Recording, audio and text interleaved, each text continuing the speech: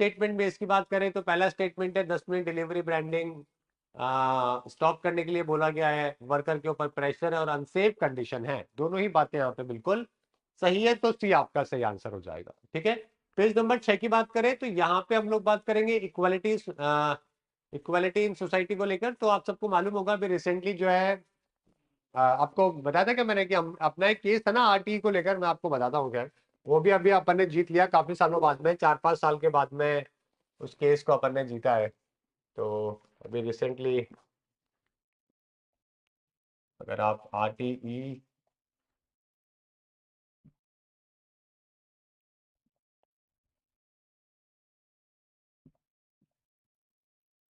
RTE case लिखोगे ना तो अभी रिसेंटली जो है वो जजमेंट आया था।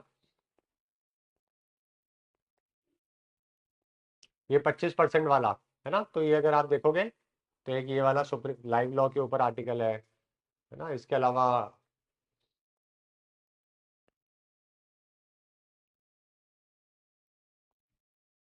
ये 25% कोटा वाला है ना, वो आपको देखने को मिलेगा। तो ये आपको मालूम होगा ये बहुत पुराना केस है जो कि अपन ने किया था। ओके, जिसके अंदर ये मैंडेट हो गया था राजस्थान के अंदर कि भाई आपको जो नर्सरी क्लास के जो बच्चे हैं ना उनको एडमिशन नहीं मिलेगा आरटीई के अंदर। उसके खिलाफ केस किया था, तो पहले राजस्थान गवर्नमेंट में जीते अपन स्माइल फॉल के अंदर, फिर सुप्रीम कोर्ट के अंदर जीते, फिर जीतने के बाद में आरटीई केस। ठीक है, अब तो अभी ये कुछ दिन पहले इसका फाइनल वर्डिक्ट है जो कि राजस्थान हाईकोर्ट के अंदर आया था। और ये राजस्थान कोर्ट ने अभी रिसेंटली पीआईएल अपन ने लगाई थी जहाँ पे ये अपने को वर्डिक्ट है जो कि मिला है ना, ये एलिमेंट्री एजुकेशन के खिलाफ राजस्थान के खिलाफ। तो 2020-21 में भी ये डायरेक्शन दिया था और अभी रिसेंटली जो है ना ये वापस से फैसला है जो कि आया है। तो यहाँ पे आप देखोगे तो ये 6 दिन पहले का ही है। राइट, तो राइट,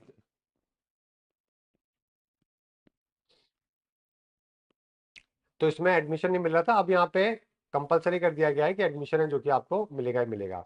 तो इससे कम 1 से 1.5 लाख ऐसे बच्चे हैं जो कि टोटल मिला के स्कूल के अंदर है जो कि एडमिशन में चले जाएंगे। तो ये तो एक मामला था, राइट, राइट टू एजुकेशन को लेकर, है ना, जो कि बहुत पहले से जो है वो इसको किया गया था। अब इसके अलावा अगर आप देखोगे तो एक और मैटर आपको जो है वो फ्यूचर में देखने को मिलेगा जो कि अपना किस चीज को लेकर होता है। एक मिनट, अभी एक और चैलेंज जो है ना वो देखने को मिलता है कि आपके घर के आसपास जो बड़े स्कूल है ना वहां पर आपके बच्चे को एडमिशन तो आरटीई के अंदर मिल जाता है, लेकिन क्या वो सच में पढ़ता है? क्या वहाँ पे इंक्लूसिविटी है? क्या सबसे बड़ा सवाल ये है। आप खुद सोचिए, आपके घर के पास में मान लीजिए एक जयपुर का बहुत बड़ा स्कूल है और आपके घर के पास में कोई गरीब भी रहते हैं, इकोनॉमिकली जो वीकर है, उन्होंने आरटीई के अंदर अप्लाई किया, 25% सीटें कंपलसरी होती है स्कूल के अंदर होनी चाहिए हर क्लास के अंदर। क्या वो बच्चा उस बड़े स्कूल में जा रहा है? और अगर जा भी रहा है तो क्या वो इंक्लूसिव क्लासरूम के अंदर पढ़ रहा है? ये आपके लिए बहुत बड़ा क्वेश्चन देखने को मिलेगा। ऐसा नहीं होता है।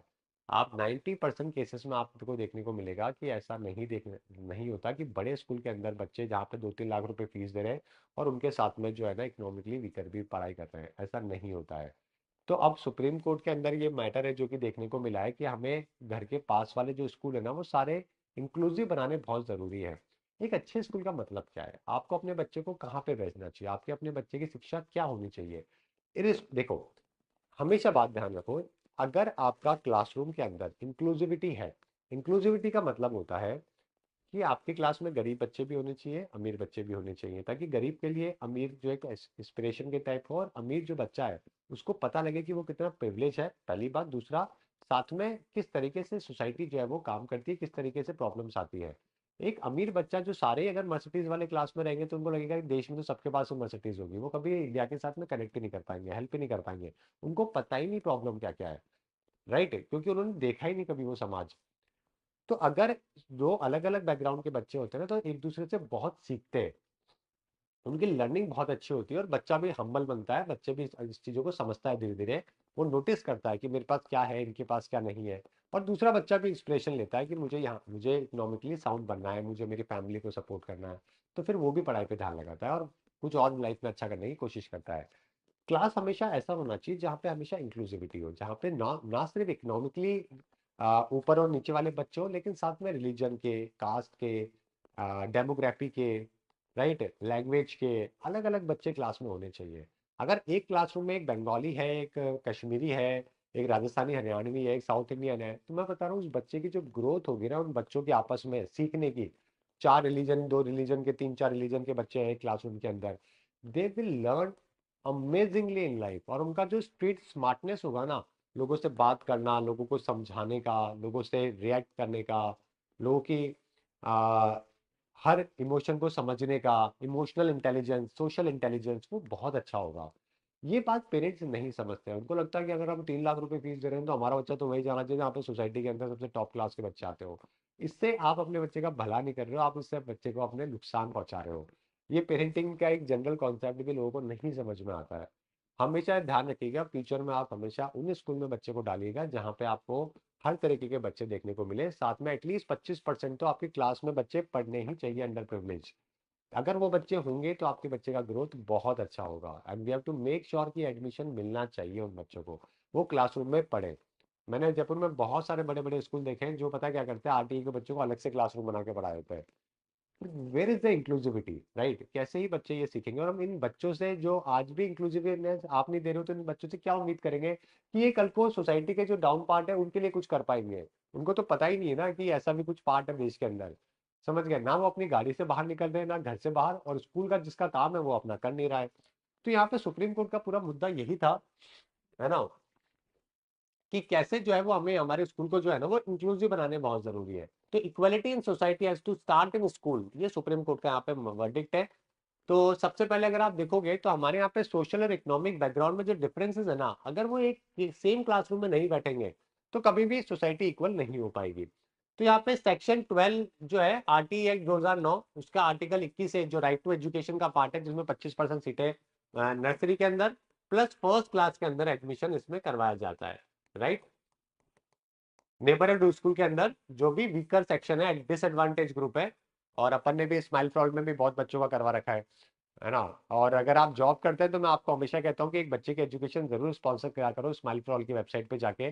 क्योंकि आपको जो जॉब मिली है वो आपकी एजुकेशन की वजह से मिली है। तो आप एक बच्चे को 600 रुपये पर मंथ में तो सपोर्ट कर ही सकते हो ना, एक बच्चे की एजुकेशन में। ऑनलाइन पढ़ा लो यार किसी बच्चे को, right?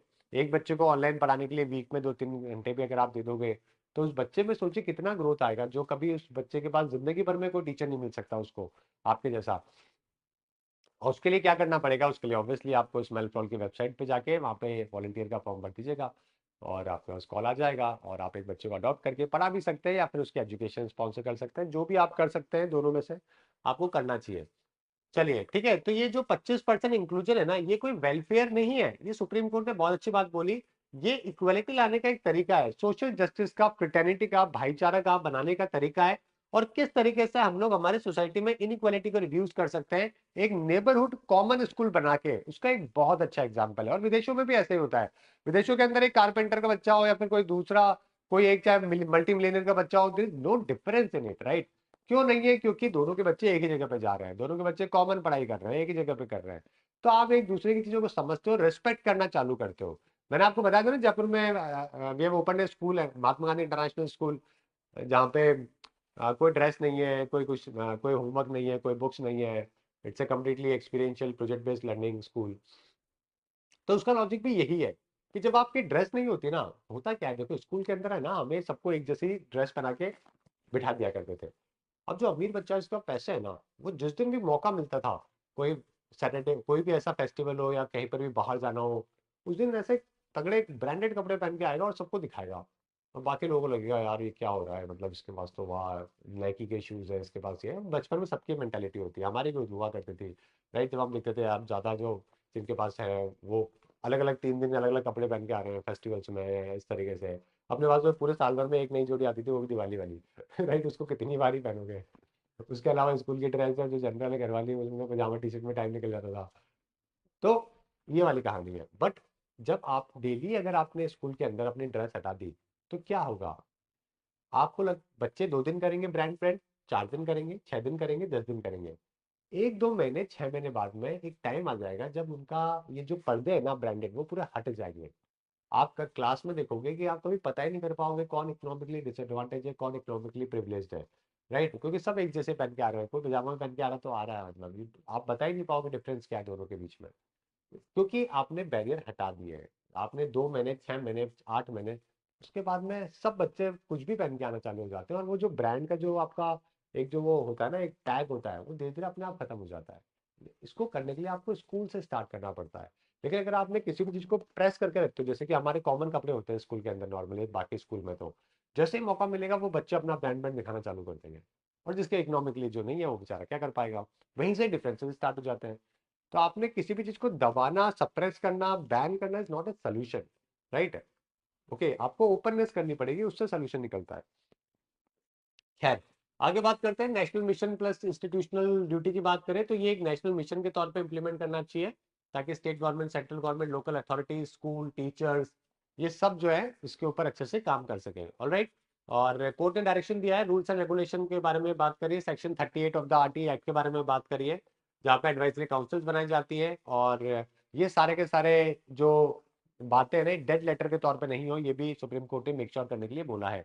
Article 21A fundamental right free and compulsory education के बारे में बात करता है 6 से 14 साल तक के बच्चों की।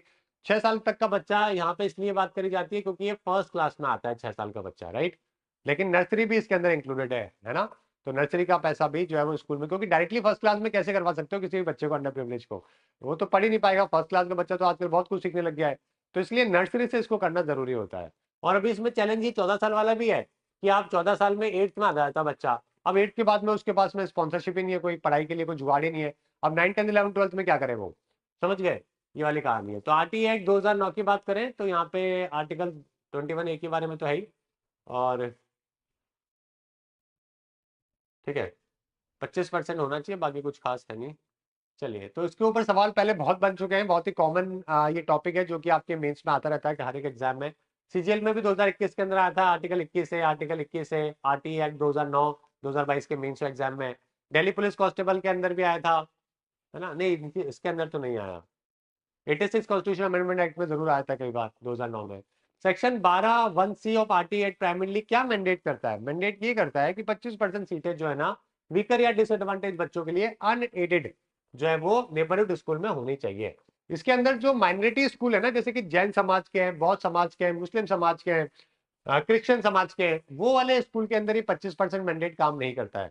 बाकी जो प्राइवेट स्कूल है ना उसके अंदर ये मैंडेट काम करता है, बिकॉज वहां पे कोई जीएसटी भी नहीं लगता है, राइट। और इसलिए सरकार बोलती है, और ये वेलफेयर का काम है, आपको इससे पैसे नहीं कमाने चाहिए, है ना। स्कूल, या देखो पता है, स्कूल और अस्पताल ये दो चीजें ऐसी है जहाँ पे, सच बता रहा हूँ, जेन्युइनली देश के लोगों को ये वेलफेयर वाले काम होते हैं, बिजनेस बनाने के लिए नहीं होते हैं, right. We have to understand कि वहां से आप 50% मार्जिन, 70% मार्जिन मत कमाओ यार, कोई दिक्कत नहीं है।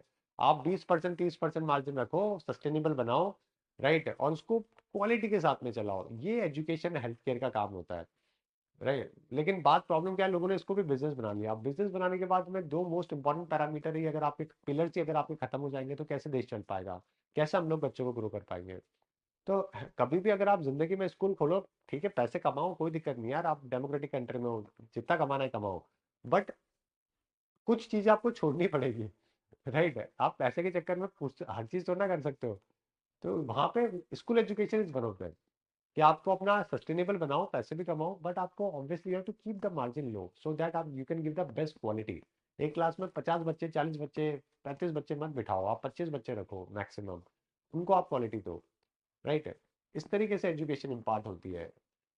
आप कम बच्चे होंगे क्लास में तो आप उनके लिए सोच पाओगे, कर पाओगे, टीचर्स के ऊपर भी ट्रेनिंग के लिए पैसा लगा पाओगे, अच्छा क्लासरूम बना पाओगे। चलिए, यहाँ पे बात करते